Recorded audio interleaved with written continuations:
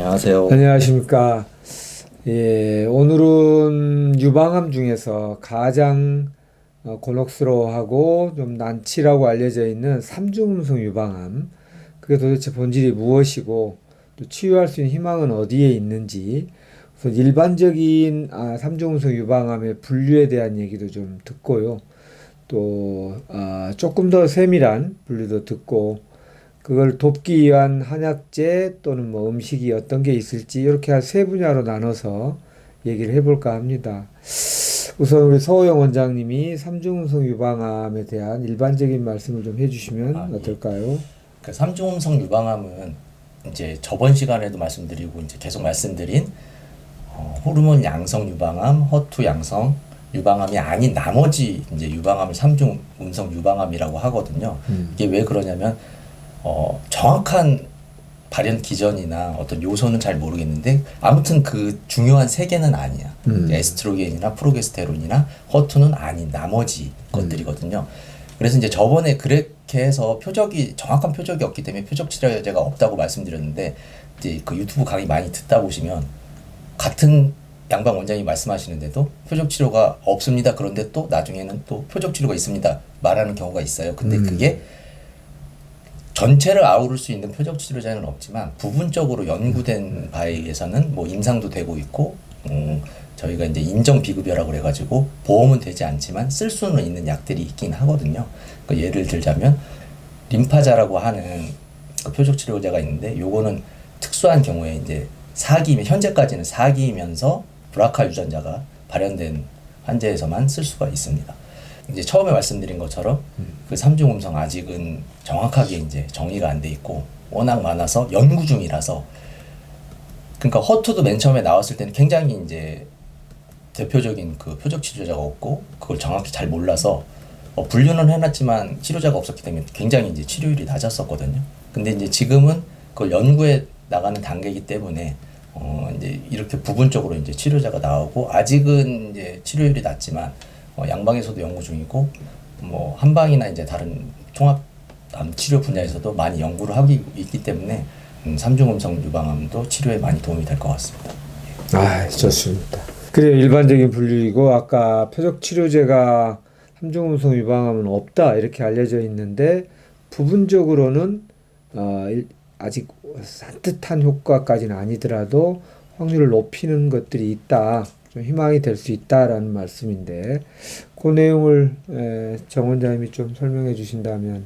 지난주에 유방암을 처음 얘기를 할 때 분류를 했던 거 잠깐 복습을 조금 하면요.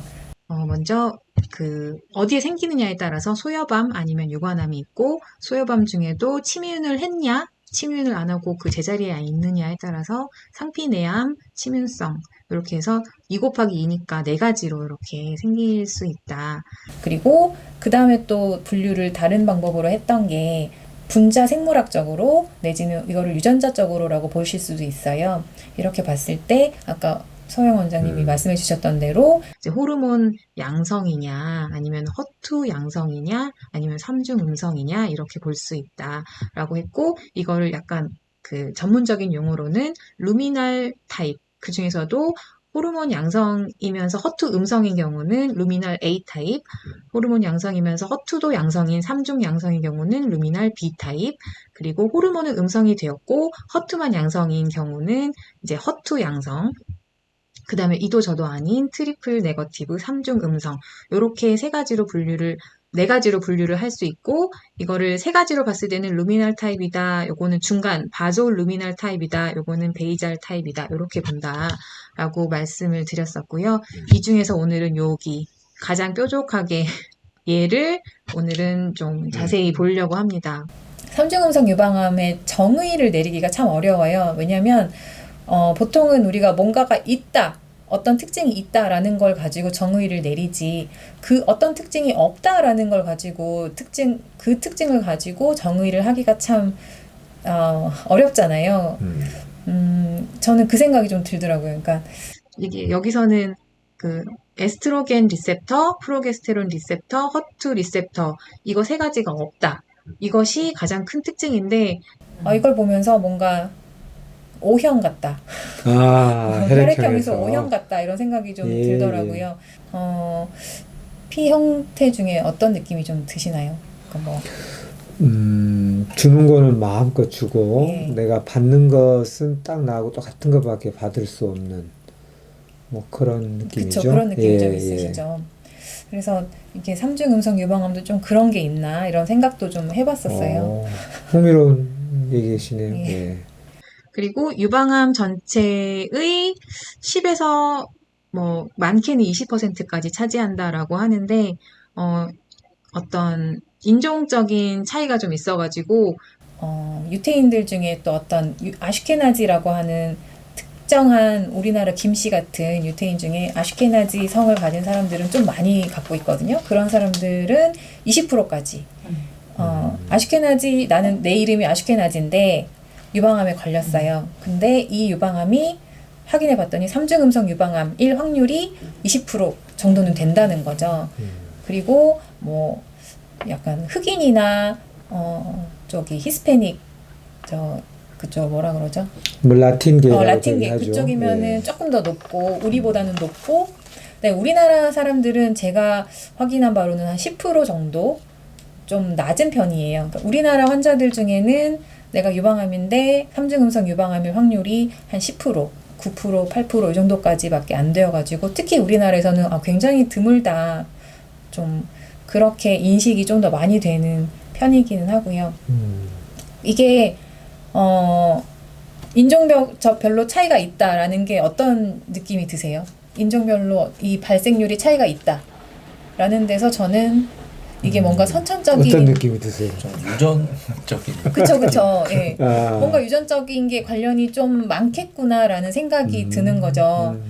그리고 또 종양 크기와 림프 전이 상태가 이렇게 들어맞지가 않는 거예요. 보통은 종양이 좀 크면 처음 발견 당시부터 한 5cm 이상이다 그러면 림프에도 가 있을 확률이 높겠네라고 생각이 들잖아요. 근데 0. 몇 cm밖에 안 되는데도 그러면 림프에 없을 것 같은데 삼중음성인 경우는 이미 뭐 림프에 전이가 되어 있는 게 확인이 된다거나 그런 경우가 많은 거죠. 왜냐하면 아까 보셨던 이 상태, 베이잘 상태, 이제 기저 그쵸. 상태. 이 상태가 아니라 우리 메센키말 상태로 네. 많이 되어 있기 때문에 이미 발생 당시부터 이제 그 기저세포에 워낙 가깝고 이 세포막에 되게 가깝기 때문에 침윤을 하기가 쉬운 상태여서 그러면 침윤을 된 다음에는 이제 혈관이나 림프를 타고 돌기가 쉽잖아요. 그래서 아무리 작아도 좀 전이가 이미 되어 있을 확률이 높고 그러다 보니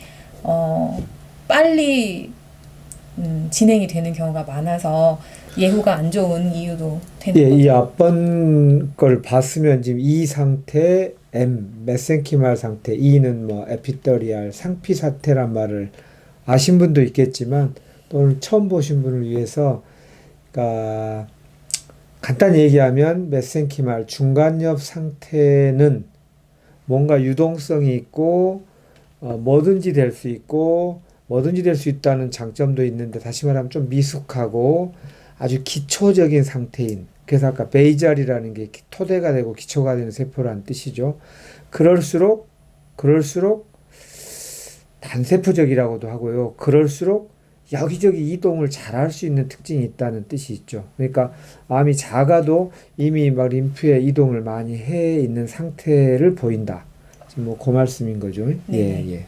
그래서 결국 이제 예후가 나쁜 것에 어떤 기여를 하는 거고요. 그리고 이제 이 리셉터들 이런 데 반응을 하느냐 안 하느냐 이 리셉터가 없다 보니까 이 리셉터가 있어야 뭔가 이제 표적 표적으로 치료를, 해가지고 이거를 다스리는 어떤 약이 존재할 수 있는데 이 치료법이 그래서 조금 부족한 상태입니다. 그 현대의학적으로도 치료법이 뭐 호르몬 뭐 어떤 억제제를 쓸 수도 없고 이런 표적 치료제를 쓸 수도 없어가지고 그래서 많은 환자분들이 그런 걸 쓰기보다는 좀 독한 세포독성 항암제를 많이 쓰시게 되더라고요. 그게 또 많이 괴롭잖아요. 그래서 치료도 굉장히 힘든 그런 특징을 갖고 있는 게 삼중음성 유방암이고 그러다 보니 이제 여기에서 저희가 바이오마커라는 단어를 썼는데 이런 것들의 대표적인 예가 여기 뭐 에스트로겐 리셉터라던가 프로게스테론 리셉터들이거든요. 요런 게 없다. 치료법이 제한적이다. 공통된 바이오마커가 없다. 같은 뜻이고요.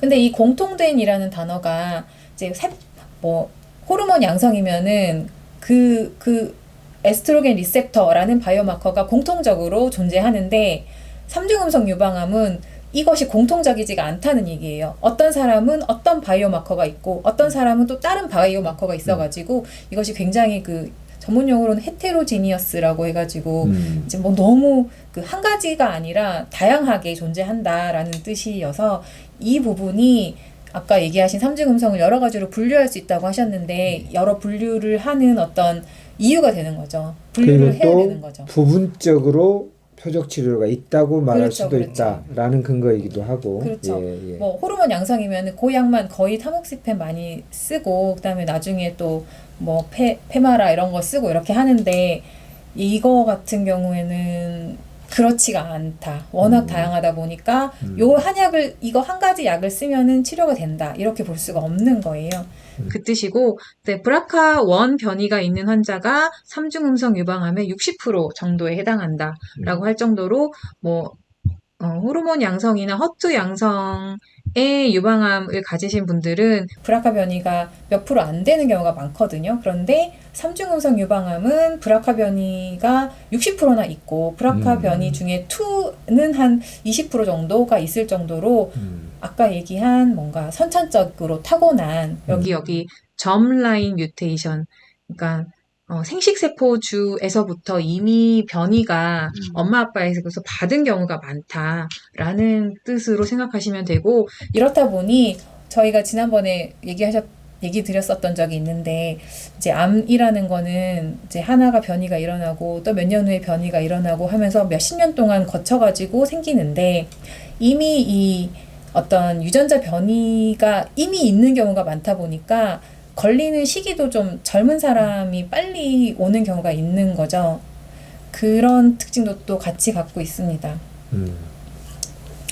물론 이게 이제 서양의학에서 원인을 잘 어렵다 보니까 찾아서 이런 거라고밖에 할 수 없지 않는가라고 말하는 것으로 저는 이해를 하고요.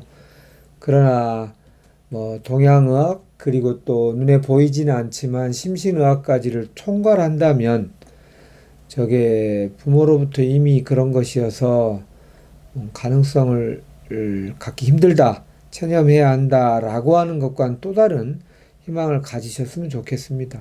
예.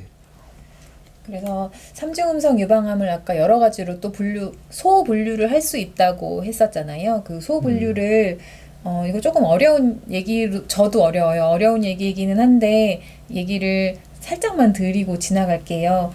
그래서 아까 이 루미날 A나 B 요거는 호르몬 양성인 거고 여기는 이제 80%라고 돼 있는데 보통은 한 70% 정도로 보고요. 그다음에 삼중음성 유방암은 10에서 15% 사이 그래서 12%라고 잡았는데 타입을 이렇게 많이 나누어요. 두 가지 좀 더 기저세포적이냐 아니면은 기저세포가 아닌 쪽이냐라는 걸로 나누는데 거의 80%는 기저세포 쪽이다. 라고 보는 거고 그다음에 요 분류는 그렇게 많이 쓰는 분류는 아니고요. 4가지 타입 말고 6가지 타입을 설명을 조금만 드릴게요. 요거는 이제 BL이 여기 기저세포 같은 성질을 띠는 이라는 뜻이에요. BL1, 베이잘 라이크 1. 그 다음에 요거를 2가지로 보는 거죠. 베이잘 라이크 1이 있고 2가 있고 여기 MSL이라고 했는데 여기 M은 아까 말씀하셨던 그 메젠키말 그 부분이고 그 중간엽 세포 그리고 여기에 S는 스템셀이에요. 그러니까 줄기세포. 그리고 여기도 또 M이 있잖아요. 이것도 메젠키말이고 그래서 중간엽 세포의 특징을 갖고 있는데 그 중에 얘는 그 중에서도 스템셀의 특징도 같이 갖고 있는 애들이고 얘는 그냥 중간엽 세포만 특징만 갖고 있는 애들이고 이거는 이제 이뮤노 모듈러토리라고 하는데 요거는 설명 조금 이따 드릴게요. 그리고 LAR 요것도 이제 조금 이따가 설명을 다시 드릴게요. 오케이. 요렇게 일단 6가지. 서브 타입으로 6가지로 분류를 많이 6가지로 한다. 하나의 공통적인 게 아니라 한 6개로 또 세분화되더라. 예. 그래서 여기 보면은 6가지 중에 요 위에 있는 4가지 있잖아요. 네. 이것이 거의 이제 베이잘 타입이랑 거의 일치한다라고 보시면 되고, 요 부분은 베이잘 타입이 아닌 부분이라고 생각하셔도 무방할 것 같아요. 좋습니다. 그다음에 그 6가지를 조금만 설명을 더 드리면, 베이잘 타입 그 1은 증식 속도가 아주 빠른 특징이 있어요. 그리고 베이잘 타입 2는 그 세포 안에 서로 이제 신호를 보내잖아요. 근데 그 신호를 EGF, 그 상피세포 성장인자를 통해서 신호를 보내요. 그 다음에 이 MSL, 아까 메젠키말 스템라이크, 얘는 스템셀의 성향을 이미 갖고 있고, 그러다 보니 굉장히 증식 자체는 느려요. 그 M은 메젠키말인 경우는 증식 속도가 굉장히 빠르거든요. 요 2가지가 비슷한 것 같지만 둘 다 비슷한 점은 운동성은 둘 다 굉장히 좋아요. 그래서 잘 빠져나가는 거는 특징이 있는데, 이 M 타입은 증식 속도도 빠르고, 얘는 그 MSL 타입은 스템셀 성질을 갖고 있기 때문에 증식 속도가 느리다. 이런 특징을 갖고 있고, 그 다음에 IM 타입은 면역세포나 아니면은 사이토카인, 요들에 의해서 어떤 신호들을 주고받는 그런 특징을 갖고 있고, 그 다음에 LAR, 루미날이라는 단어가 있어서 좀 반갑죠. 루미날 타입인데, 안드로젠 리셉터 서브타입. 그래서 이 호르몬 중에서도 이제 에스트로겐이 되기 전 단계인 거잖아요. 안드로젠이 아로마타제를 거치면 에스트로겐이 되는 건데, 그 단계의 어떤 그 호르몬들로부터 신호를 받아가지고 서로 신호를 주고받는, 그걸 먹고서 이렇게 커지는 그런 타입으로, 이렇게 6가지로 볼 수 있습니다. 뭐 일단 뭐 세세한 것까지는 아니더라도 이렇게 6개의 서브 타입이 있다. 여기에 따라서 조금이라도 확률이 좀 더 높은 항암제들이 배치된다. 그쵸? 그러니까 우리가 이제 삼중음성 유방암인데 대학병원 선생님들께서 뭐 이렇게 할 때 어떤 기준인지를 알고 서로 치유자와 또 환우분이 이렇게 튜닝하면 더 좋은 거니까, 예, 그 설명까지도 연결해 주시면. 그러니까 이렇게 6가지로 나누는 데는 이유가 있는 거죠. 이제 그냥 뭐 우리가 기억하기 좋으라고 나눈 것은 아니고, 이렇게 나누었을 때 어떤 치료 방법을 활용을 하면 더 좋은가, 이거를 찾기 위해서 이렇게 분류를 굳이 한 거거든요. 그래서 이렇게 증식 속도가 빠른 BL1 타입 같은 경우는 이렇게 올라파립이라는 약제를 썼을 때 좀 반응이 좋더라 라는 거예요. 올라파립이 아까 얘기하신 그 림파자에 해당하는 거고, 그 증식 속도가 빠르다 보니까 이 증식 속도를 늦추는 어떤 약제를 썼을 때 효과가 좀 괜찮다라고 보는 거죠. 그래서 이 BL1 타입일 경우에는 요 타입일 때, 6가지 중에 요 타입일 때는 표적 치료제를 쓸 수가 있다라는 얘기를 아까 해주신 거고요. 이제 BL2 같은 경우는 또 오란티닙이라는 표적 치료제가 효과가 좋다. 그리고 MSL 타입도 조금 괜찮은 편이다. 이런 식으로 우리 여기 독소루비신 있죠. LAR, 아까 전에 그 루미날 타입인 경우는 이렇게 세포독성 항암제를 썼을 때 효과가 좋다. 이런 식으로 이 얘네들이 커질 때 무엇을 통해서 커지는가를 확인을 해서 어떤 먹이를 먹고 커지는가를 확인을 하면, 그 먹이를 차단을 했을 때 그 증식 속도가 낮아지니까, 그런 방식으로 이제 표적 치료제를 찾아간다라는 개념으로 생각하시면 좋겠습니다. 저희는 이제 한의사들이다 보니까 또 여기 이렇게 표적 치료제를 찾아가는 이런 것도 저희가 알고 있어야 하기는 하지만, 또 저희 한의학적인 어떤 접근 방식, 그런 것도 좀 오늘은 얘기를 좀 하고 싶은데, 얘기를 좀. 이제 여기서 뭐 애우가 좋다 안 좋다라고 하는 게, 한의사가 치료해도 애우가 거의 같게 안 좋을 수도 있지만, 그러나 이렇게 패러다임이 다르다 보니까 뭐 예후가 좋다 나쁘다라는 표현은 이런 특징이 있구나 저런 특징이 있구나로만 우리가 생각하자면 그 특징의 본질만 제대로 꿰뚫고 거기에 딱 대응을 잘한다면 치유의 가능성이 단순하게 보기가 어려운 점이 있어요. 그래서 저렇게 예후가 안 좋다는 것에 서양학 또 대학병원에서 예후와 한의학의 예후가 꼭 이렇게 일치하지는 않을 때가 많습니다. 그래서 어떤 특징이 있다를 갖고 우리는 통찰을 얻고 한의학적인 패러다임으로 치유하는 여러 방법론이 있다. 이렇게 볼 수 있을 것 같고요. 또는 한의학뿐 아니라 심신통합적인 치유도 마찬가지입니다. 그리고 저희가 유방암 환자분들을 이렇게 보다 보면 처음부터 삼중음성이 아니었던 분들이 꽤 되시거든요. 그렇죠. 그래서 오늘 그 얘기도 좀 해보고 싶은데, 분명히 이제 자기는 호르몬 양성이어가지고, 뭐, 약도 호르몬 차단제 먹고 있었고 했는데, 어느 날 갑자기 이 약이 안 듣고, 안 듣는다는 거는 이제 억제되고 있던 증식이 이제 고삐가 풀린 거죠. 그래서 커지길래 왜 그런가 해서 봤더니, 이게 삼중음성으로 변화된 것 같다. 이런 얘기를 들으시는 경우가 종종 있어요. 호르몬 양성 약제를 썼을 때 이제 호르몬 양성인 세포들은 암세포들이 다 이렇게 없어진 거죠. 없어지고 만약에 100개 중에 근데 암세포는 항상 똑같지가 않거든요. 그 안에 그 호모지니어스라고 해가지고 1부터 100까지 똑같은 애들이 있는 게 아니라 그 중에 한두 개는 분명히 다른 애들이 있고 변이도 일어나고 100개면 100개 중에 어떤 애들은 호르몬 양성이지만 어떤 애들은 호르몬 음성인 애들도 있는 거거든요. 그래서 호르몬 양성인 애들은 약에 잘 받아가지고 다 없어졌는데 호르몬 음성인 애들이 한두 개 남아가지고 걔네들이 어떤 대세를 장악하게 되어서 걔네들이 이제부터 커지는 거죠. 그러면은 이 암세포들은 호르몬 차단제에는 반응을 안 하는 삼중 음성 유방암이 되어버린 경우라고 보시면 될 것 같아요.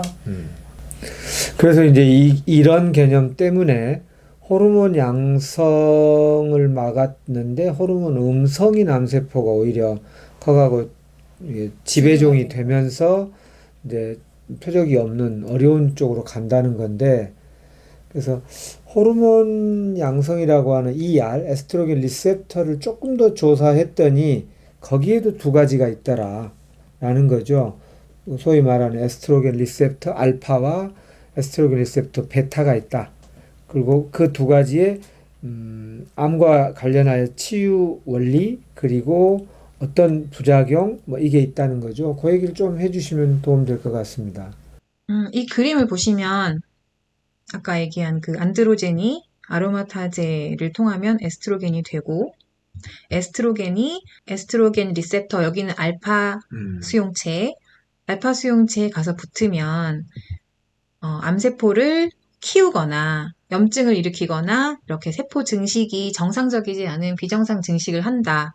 이렇게 되는 거고 이것이 이제 우리가 피해야 되는 쪽이고요. 그렇죠. 그래서 에스트로겐 리셉터 알파는 나쁘다라고 생각하시면 되고 이 에스트로겐이 만약에 에스트로겐 리셉터 베타 수용체에 가서 붙은 경우에는 도리어 이 알파 수용체로 이어지는 어떤 이런 작용들을 거꾸로 하는 길항작용처럼 반대작용을 하는 거예요. 그래서 이렇게 세포 증식이라던가 변형이라던가 염증이라던가 암까지도 막을 수 있는 이런 역할을 하는 것이 에스트로겐 리셉터 베타거든요. 그래서 베타 리셉터는 좋다라고 생각하시면 일단 좋을 것 같습니다. 그런데 좀 지금까지 뭔가 오해를 많이 산 것이 식물성 에스트로겐이 에스트로겐이니까 이렇게 이쪽 빨간 쪽으로 악순환을 일으키지 않을까라고 지금까지 오해를 많이 샀는데 실제로 식물성 에스트로겐은 이 알파 쪽은 그 뭐라 그러죠? 친화성, 어피니티가 좀 낮아요. 이게 잘 결합을 안 해요. 결합을 못 하고 이쪽 좋은 쪽만 잘 붙거든요. 그래서 이런 것들을 이렇게 보시면 될 것 같아요. 바인딩 어피니티가 이 파이토라는 게 식물성이란 뜻이거든요. 식물성 에스트로겐이 알파 수용체랑 베타 수용체의 이 친화성이 어떻게 되느냐를 보면 그 예를 들어서 진짜 몸에서 분비되는 우리 몸에서 나오는 호르몬 에스트로겐 같은 경우는 만약에 이제 이게 100이나 100으로 붙었다. 그 정도로 강하다라고 하면 그러니까 알파에도 100, 베타에도 100으로 붙는다라고 하면 식물성 호르몬 중에 제니스틴이라고 하는 거는 알파에는 4 정도 붙고 베타에는 87. 그러니까 알파에 붙어봐야 베타에 너무 많이 붙기 때문에 알파에서 약간 있을 수 있는 해로운 점을 베타에서 훨씬 더 많이 상쇄시켜버려서 이제 암세포가 작아지거나 안 생기거나 아니면 염증 같은 것도 줄여주는 그런 역할을 한다는 거죠. 다른 것들도 마찬가지고 여기 무슨 플라본 이렇게 돼 있잖아요. 이런 이소플라본이나 이런 모든 것들이 다 그래요. 그렇게 보시면 좋을 것 같고 뭐 여기서 이소플라본이다, 또 방금 제니스테인이다. 이 단어가 익숙한 분도 있겠지만 아닌 분도 있어서 뭐 제니스테인 하면 어떤 성분 이름이긴 한데요. 대표적으로 어디에 많이 있다고 우리가 많이 갈근? 예, 한의학제에서는 뭐 갈근이라든가 알로에나 선악초 예, 이런 데도 있고 또 음식 중에도 콩에도 많이 네, 들어있어요. 콩과류, 콩으로 연결되는 뭐 우리 된장 뭐 이런 것들. 그래서 오히려 근데 어떤 분들 아직도 가끔 에스트로겐 리셉터 양성이어서 콩과나 된장이나 이런 거 먹으면 안 된다던데요. 뭐 갈근이나 뭐 이런 거 먹으면 안 된다던데요. 이렇게 오해하시는 분이 계셔서 오히려 에스트로겐 리셉터 베타 쪽으로 많이 붙어서 알파가 일으키는 문제성을 기랑 오히려 반대로 이렇게 균형을 맞춰주고 또 많이 생기는 부작용 많잖아요. 뭐 자궁 내막을 비우시켜서 자궁 내막암 확률을 높인다든가 아니면 막 갱년기 증후군이라든가 이런 것도 부작용도 줄여주면서 오히려 암을 치유하는 일도 있다. 오히려 적극적으로 드셔야 한다라는 말씀 정리를 해보죠. 네. 그리고 다시 이제 아까 알파는 나쁘다고 했잖아요. 나쁜 수용체에 붙는 친화도가 여기도 몸에서 나오는 에스트로겐의 경우는 이렇게 1 곱하기 10의 2승이니까 100 정도, 100 정도라고 하면은 여기 전부 다 식물성 에스트로겐들이거든요. 얘네들은 0.23, 0.023, 0.82, 0.0045, 0.45, 뭐 이런 정도로 굉장히 낮고, 여기 나오는 약재들이 전부 다, 여기에 나오는 이런 성분들이 한약재들에서 다 나오는 것들이에요. 캠페롤 같은 거는 황정에 들어있고, 케리세틴은 여러분들 다 아시는 황련에 들어있고, 레스베라트롤 이런 것도 뭐 녹차에도 들어있지만, 다른 약재에도 많이 대황에도 들어있고, 들어있고 피세틴은 우리가 온나무, 제 있다고 하셨고, 건치일에 들어있고 다 뭐 갈근이나 뭐 강황이나 이런 것들에 다 들어있는 것들이라서 한약재를 두려워할 이유가 특히 호르몬 양성이신 분들에게는 전혀 없고 도리어 드셨을 때 좋다라는 논문들이 많아요. 예를 들면 이런 논문이죠. 이렇게 제니스틴을 뭐 평생에 걸쳐서 먹었을 때 이거는 이제 쥐 실험이기는 한데 유선에 존재할 수 있는 종양에 대해서 타목시펜은 타목시펜에 대한 어떤 반응도가 이제 그 내성이 생기면 안 되잖아요. 근데 내성이 안 생기게 이 반응도를 계속 올려준다. 라는 뜻이고, 그러면은 결과적으로 이게 또 어떤 의미에서는 삼중 음성이 안 되는 쪽으로 계속 이제 괜찮은 거죠. 그래서 이 타목시펜의 효과를 높여준다는 뜻으로 해석을 하시면 되세요. 그 다음에 요거는, 그 호르몬 양성뿐만 아니라 허투 양성인 경우에도 그 제니스틴 아까 같은 경우에는 허투 양성 그 종양에도 좀 좋게 그 억제하는 역할을 하거든요. 그래서 그 결과적으로 그 에스트로겐 리셉터의 그 양성인 경우에 타목시펜을 썼을 때 시너지를 보인다. 그러니까 에스트로겐 양성이라고 해서 허투가 아예 없는 게 아니거든요. 허투가 있는 경우도 있고 허투 음성이라고 판정을 받았어도 허투가 원래 3이어야지 양성이라고 하지 1이나 2도 그러니까 음성이라고 하지만 사실 없는 건 아니거든요. 항상 허투는 오버 익스프레션이기 때문에 정상적으로 항상 있는데 정상보다 3배 이상 많았을 때가 허투 양성이라고 하는 거지, 허투 음성이라고 해도 허투는 항상 있어요. 그래서 이렇게 시너지를 보이기 때문에 제니스틴 같은 거는 꼭 드셨으면 좋겠다라는 생각입니다. 좋습니다. 뭐 더 추가하고 싶은 뭐 우리 아니, 그러니까, 한약재나 음식 예. 얘기를 좀 해주신다면. 그러니까 이제 참 암이 단순해서 암이 굉장히 단순해가지고 예. 말 그대로 이제 방금 말씀하신 것처럼 그 에스트로겐 양성이면 에스트로겐만 있고 프로게스테론만 있고 허투만 있고 뭐 삼중 음성이면 아예 없고 나머지는 없고 그냥 그 하나만 있다면 참 쉽겠죠. 좋겠는데. 굉장히 단순한데 인체가 그렇게 단순하지가 않거든요.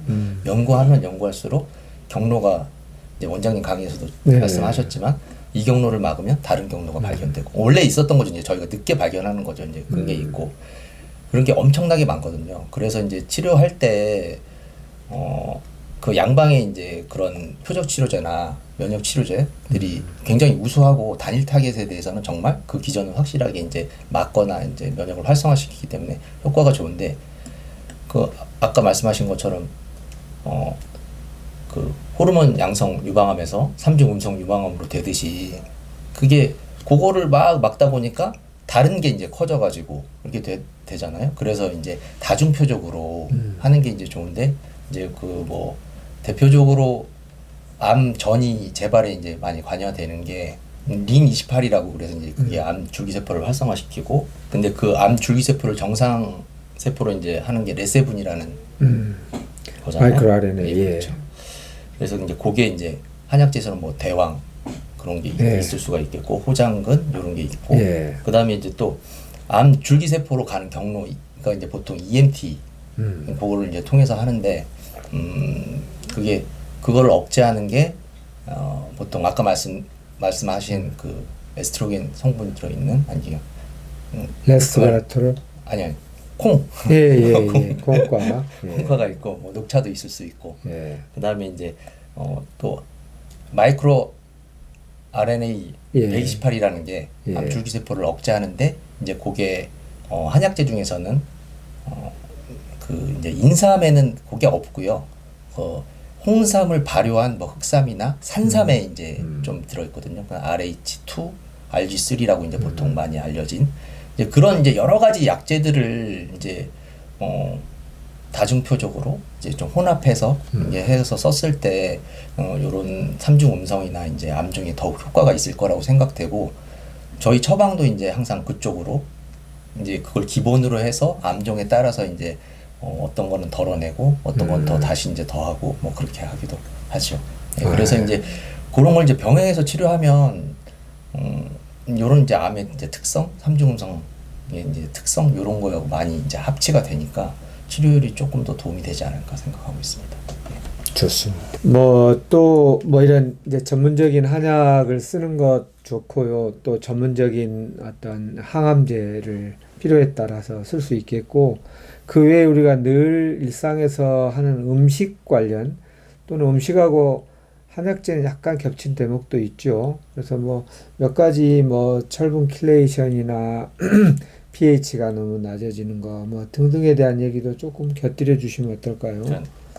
이제 철분이 이제 중요한 이유가 이제 저희 이제 병원에서 용처를 안 드리는데 이게 철분에 이제 육류에 있는 햄철이라는 성분이 그 아까 말한 그 중요한 그 암 줄기세포로 가는 베타 카테닌 경로를 이제 활성화를 시키거든요. 그래서 이제 철분 킬레이션이라고 해서 철분을 좀 배제시키는 햄철을 좀 배제시키는 그런 작용을 하는 게 있으면 그런 경로를 좀 차단할 수 있으니까 도움이 많이 되죠. 이제 그런 거에 이제 뭐 강황 아까 말씀드린 오베자 선악초가 여기서도 좀 작용을 하고요. 네. 그다음에 이제 그 pH가 이제 암 환우분들은 이제 보통 pH가 낮은 상태, 젖산이 좀 많은 상태라고 보시면 돼요. 젖산이 많으면 암이 좀 보호를 받고 암이 이제 활성화가 될 수 있는 환경이거든요. 소위 말해 산성 네, 체질화, 그렇죠. 산성 환경. 네. 그래서 이제 보통 많이 드시는 녹즙이 이제 우리 몸을 이제 산성에서 이제 알칼리로 바꿔줄 수가 있고, 그 다음에 이제 칼륨 성분이 이제 pH를 높여주잖아요. 그래서 이제 그런 신김치가 또 그거에 관해서 효과가 있을 수 있거든요.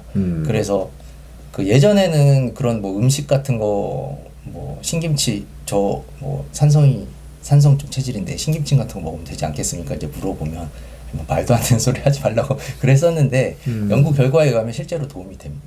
그게 도움이 될 수 있습니다. 그러니까 pH가 낮아지는 것이 젖산이 많아지고 그러면 늘 피로하기 쉬운데 또 젖산은 적절한 약을 이렇게 그 암세포 쪽으로 가는 것을 방어하기도 하고 또 젖산을 또 어떻게 재활용해서 암세포는 에너지원으로 쓰기도 하고 그러니까 젖산을 빨리 이렇게 잘 흘러가게 해독시킨다 할까 이게 흘러가게 하는 게 좋은데 적절하게 한다는 예. 그럴 때 이제 아까 신김치라든가 몇 좋은 한약재들 이게 도움이 된다 이런 말씀인 거죠. 또는 녹즙이라든가 그렇죠. 좋아요. 또 뭐 염증 관련한 것도 우리가 좀 생각해 볼 수 있지 않을까요?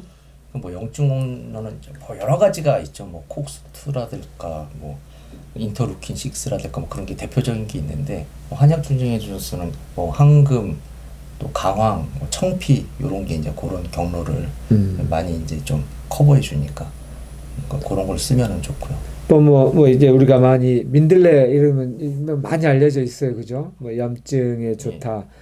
실제로 이제 이런 염증이 만성적으로 되어 있으면 암의 원인이기도 하고 암을 유지하는 그 암 주변의 미세 환경이라고 그러죠. 튜머 마이크로 인바이러먼트라고 TME라고도 표현하는데 그거를 뭐 여러 가지로 표현할 수 있지만 만성 염증 상태 그리고 그거를 이렇게 잘 염증을 가라앉혀서 더 문제를 안 일으키는데 우리가 알고 있는 민들레 이런 것도 매우 도움이 됩니다.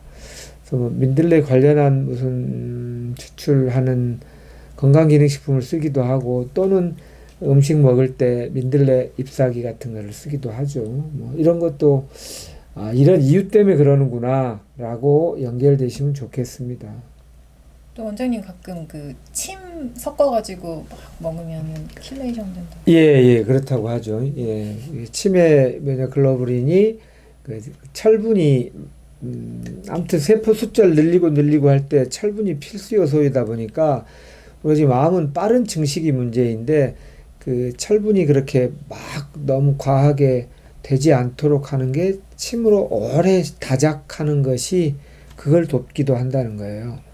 소화 흡수되기 좋게 하는 것뿐만 아니라 암 환우에게는 오래 씹는다는 것이 꼭 해야 될 덕목입니다. 심지어 뭐 죽 한 숟가락을 먹는데 100번 씹는다고도 하고 암 치유한 사람들의 얘기를 들어보면 나오잖아요. 이것 또한 과학적인 굉장히 근거가 있다 이렇게 보셨으면 좋겠습니다. 그 호르몬 양성이었던 게 호르몬 음성 내지는 삼중 음성이 되는 어떤 이렇게 암의 형질 자체가 변환을 하는 경우들이 있는 거잖아요. 그러면 저희는 사실 거꾸로도 돌릴 수 있지 않을까라는 생각을 또 희망을 갖게 되거든요. 그리고 그것이 저는 불가능하다고 생각을 하지 않아요. 가능하다고 생각하고 실제로 지금 여기 카이스트에서도 그런 연구 논문을 발표를 한 게 있는데 그 삼중음성 유방암은 기저세포 베이잘라이크 셀들이 많이 있는 건데 걔네들을 그 루미날 셀로 이렇게 변환을 시킬 수 있다라는 거를 유전자로 이렇게 시뮬레이션 해가지고 이제 증명을 한 거잖아요. 근데 저희는 이런 것들을 이제 한약이나 천연물로 하고 있는 거죠. 그 ERM 같은 경우에 그 EMT가 일어나는 것들을 억제를 한다거나 EMT가 된 것들을 이제 좀 이쪽으로 그 원래대로 다시 디퍼렌시에이션 하는 거를 디디퍼런시에이션 역분화된 거를 리디퍼런시에이션 재분화하는 이런 것들을 갖다가 저희가 여기 뭐 암세포 리프로그래밍이라고 하는데 저희가 하는 게 암세포 리프로그래밍 아닌가라는 생각이 저는 듭니다. 이 얘기를 아까 제가 한의학이나 또는 심신통합의학에서의 패러다임으로 보면 삼중음성 유방암 무조건 예후가 나쁘고 위험하고 좀 희망이 적다로 너무 단순화하지 않았으면 좋겠다고 말씀을 드렸는데 각각의 특징이 있을 뿐이다. 저는 이제 한의학적인 패러다임으로 보면 이렇게 볼 수 있는 것 같아요. 한의학엔 독특하게 뭐 수승화강이다 이런 수, 화, 목, 금, 토 이렇게 오행이라고 하는 어떤 생명이 처음 씨앗에서 떡잎에서 꽃 상태에서 열매에서 다시 씨앗으로 가는 마치 계절이 봄에서 여름에서 가을에서 겨울에서 또 봄에 이렇게 돌아가는 것 같은 이런 삶의 피어나고 도달하는 발달 또는 발생의 이치를 그렇게 정리해서 표현을 해요. 그렇다면 암줄기세포 또는 삼중음성 유방암, 암줄기세포성이 강하니까 이건 뭘 의미하냐면 뿌리의 성질이 강한 쪽이다 이렇게 보는 거예요. 근데 뿌리라고 하는 것 또는 씨앗의 성질이 강하다인데 씨앗이나 뿌리의 특징은 눈에 잘 안 보인다는 특징이 있어요. 그래서 이제 현대 서양 의학에서는 눈에 보이는 것을 세밀하게 하는 데는 굉장한 장점이 있지만 눈에 보이지 않는 것에 대하여는 서양의학보다는 오히려 동양의학의 패러다임이 굉장히 적절할 때가 많거든요. 그래서 동양의학에서는 이런 걸 수 특징이라고 그래요. 물수자, 씨앗의 본성, 여기에 적합한 치료, 약물을 쓰기도 하고요. 그럴 때 암 줄기세포를 다스리는 그 특징과 이렇게 공명한다, 주파수가 맞다, 이렇게 할 수가 있고요. 또 심신통합적으로 보면 수란 무엇이냐면 생명의 씨앗 근원이잖아요. 뭐 인체가 소우주라고 하는데 이 동양의 우주론에는 제일 처음에 아주 아무것도 없는 것 같은 깊은 고요로부터 만물이 생성됐다고 봐요. 그리고 그 깊은 고요를 요새 현대인들이 알아듣게 말하자면 명상입니다. 명상. 고요함에 이르는 것. 명상이란 글자가 고요하게 한다, 어둡게 한다, 잠들게 한다. 상념, 복잡한 상념을. 그래서 삼중음성 유방암 쪽이다. 줄기세포성이 강하다. 이렇게 말하면 씨앗하고 에너지 파장이 맞는 한약재, 천연물 등을 잘 매칭해 보는 관점을 갖는 것. 두 번째는 심신통합적으로 늘 고요함에 이르는 것. 생명의 본질, 생명의 상류, 가장 근원, 이쪽으로 가는 방향성을 좀 더 많이 가질 것. 이렇게 가지시면 다른 암에 비해서 특별히 크게 문제이고 절망할 필요는 없다. 특징만 알면 된다. 저는 이렇게 이제 강조하고요. 그래서 그 대목에 대한 인식이 한번 이해가 되면 조금 더 이해를 해보고 좀 더 심화해서 그게 그냥 머리로만 아는 것이 아니라 가슴으로도 알고 뼛속 깊이 알아서 그거를 뚜벅뚜벅 실행하시면 반드시 치유됩니다. 저희 병원에서도 삼중음성 유방암이신데 지금 잘 치유하고 있는 분들이 있죠. 그분들의 그 치유 일기처럼 우리 카페에도 이렇게 올리는 걸 보면 제가 지금 말씀드린 이런 내용의 심신통합적인 것, 음식에 대한 것, 생활에 대한 걸 하고 계신다는 것을 확인할 수 있습니다. 삼중음성 유방암이신 분들에게 희망의 등불이 됐으면 좋겠네요. 제 얘기는 이 정도인데요. 혹시 또 더 추가하실 말씀? 좋은 말씀 감사합니다. 아이고. 그러면 오늘 여기까지 마치도록 하겠습니다. 예, 감사합니다. 감사합니다.